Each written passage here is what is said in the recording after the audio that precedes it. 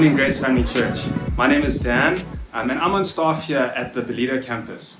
If you're joining us for the first time, and you haven't seen any of our previous posts, why don't you have a look back at our Facebook page, and you'll see all the other posts from the rest of the week. Yesterday, Dylan spoke about how we should follow God's example of love.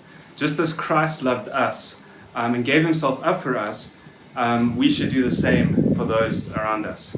Today, I want to share with you something that's a little similar, but has really encouraged me about the life of the early church and how different it was to the modern church that we know of today. See, the early church relied heavily on the Holy Spirit. There was no sort of formal institution called the church as we know it today. There was no New Testament out during that time. Paul's letters were still being written. And some of them hadn't even been put together as the New Testament as we know it today. That was only done hundreds of years later. So then how in that time did the church grow? What was it like being a Christian during that time?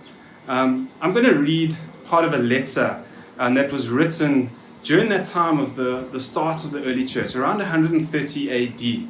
And it's called the Epistle of Diognetus. It was written as an account of how the early Christians reflected God's nature in the world. Historians suspect that it was written to a high-ranking Roman official who wanted to find out more about this Christian movement and how people did things and what was so different about it. So part of the letter goes like this. For the Christians are distinguished from other men, neither by country nor language, nor the customs which they observe. For they neither inhabit cities of their own or employ a particular form of speech, nor lead a life which is marked out by singularity. The course of conduct which they follow has not been devised by any speculation or deliberation of inquisitive men, nor do they, like some, proclaim themselves the advocates of merely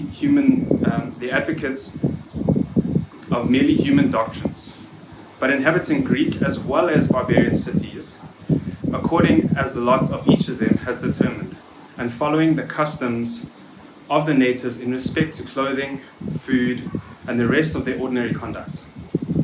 They display to us their wonderful and confessedly striking method of life.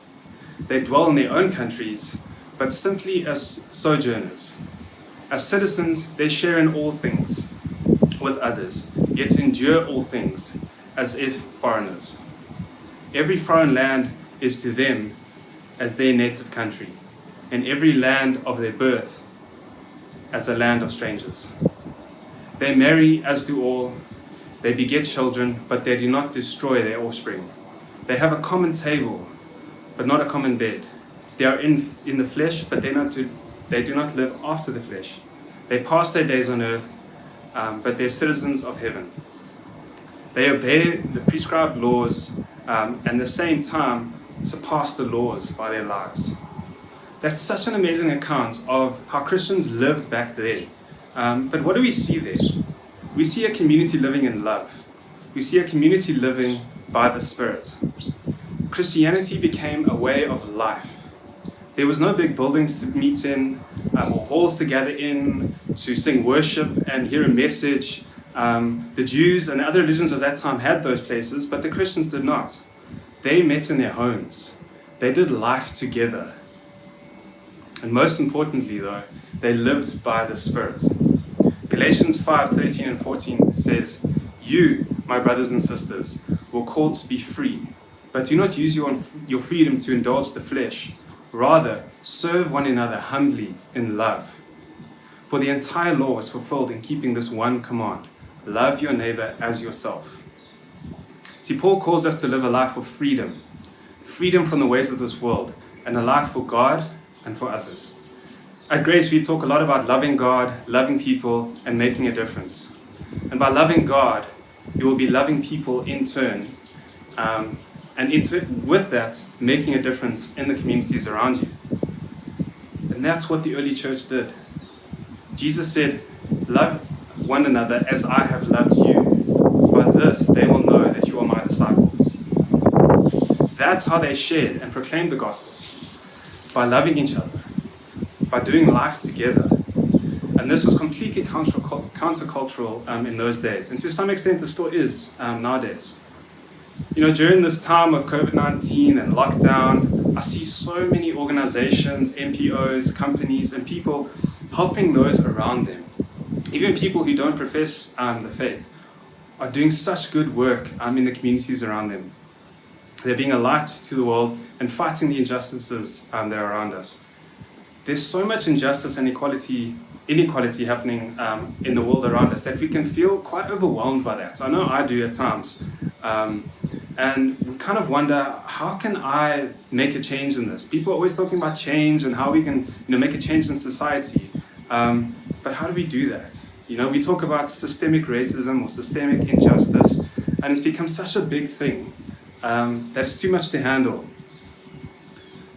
The thing is, though, we created that system. That systemic whatever, that systemic racism or injustice or harm or hurt, that was created by us. And we can be a light in the world in that system. That may not be fixed in our lifetime, but it's something that we can make massive strides in if we just live by the Spirit. So how do we do that? How do we live by the Spirit? What is the main lesson that we can take from how the early Christians lived and use those principles today? You see, the early church lived by the Spirit, and simply by doing so, the church just started to grow, and the society around them and the societies that they impacted started to change.